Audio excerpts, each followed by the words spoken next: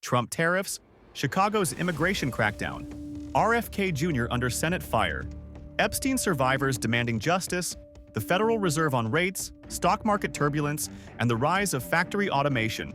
Welcome to U.S. Daily News Brief, your daily dose of clarity on the top stories shaping politics, the economy, tech, and more. I'm Jordan, and as always, Emery is here in the studio with me. Let's start with what's shaking the global economy. President Trump's tariffs on steel, aluminum, and key imports are sparking international pushback. The European Union, Canada, and even Japan are considering retaliatory tariffs on American goods.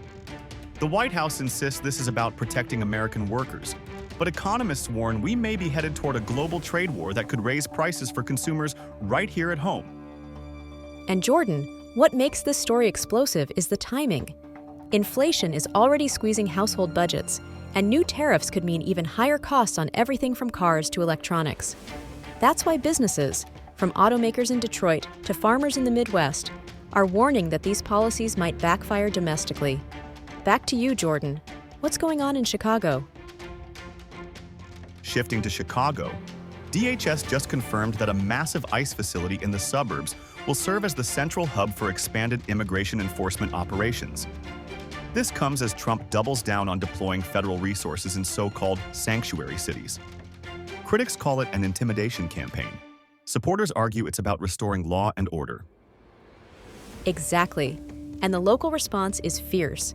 Governor Pritzker and Mayor Brandon Johnson have issued directives for state and city agencies to avoid cooperating with ICE raids.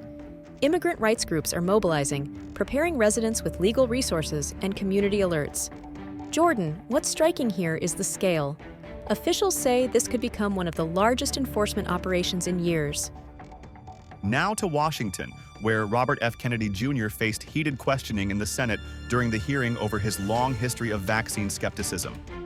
Lawmakers grilled him on whether his policies, should he gain influence, could undermine public health at a critical time.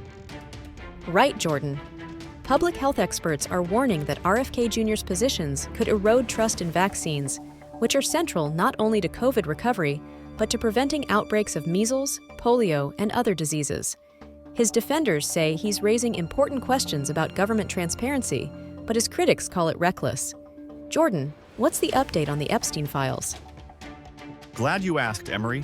Survivors of Jeffrey Epstein are demanding the full release of documents, not just the partial dump the House Oversight Committee released last week. And now, lawmakers on both sides say full transparency is the only path forward.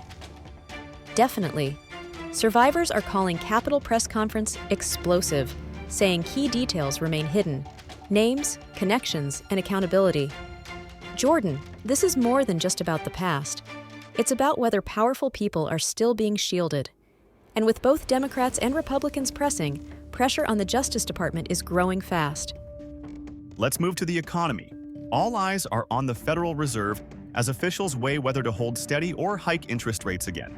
The Fed says inflation is cooling, but it's not yet back to target levels. For everyday Americans, that means mortgage rates remain high, credit card debt is mounting, and small businesses are struggling with loans. Exactly. And Wall Street is watching closely. A rate hike could slow down consumer spending even more, but pausing too early could risk inflation creeping back. Jordan, it's a high-stakes balancing act, and one that's being felt around kitchen tables nationwide. On Wall Street, tech stocks led the roller coaster.